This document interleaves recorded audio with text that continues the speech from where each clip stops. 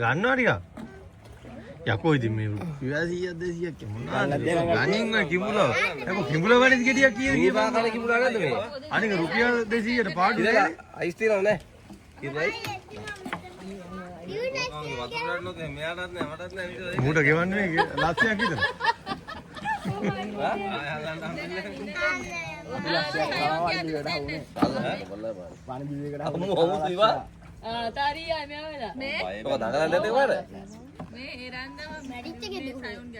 මැරිච් එකෙන් නෙමෙයිනේ ඔය ඉන්නේ. හපන්න නැද්ද? කට ඇතුළේ ඇඟිල්ලක් එහෙම එන්නත් හපයි.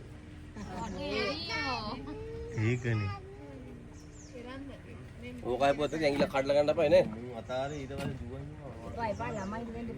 ගල්ලක් දෙන කට්ටිය. මොකද කන්නේ කරනවා ගන්නවා. කවුද ගන්නවද? කවුද ගන්නවා?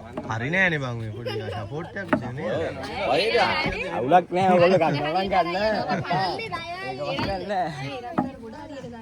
ඕමාලි හාට මම කටලුත් නේ මේක අවතෝ කියෝ තාගේ මට රුපියල් 50000 දෙන්න කියලා. චූටි නෝද?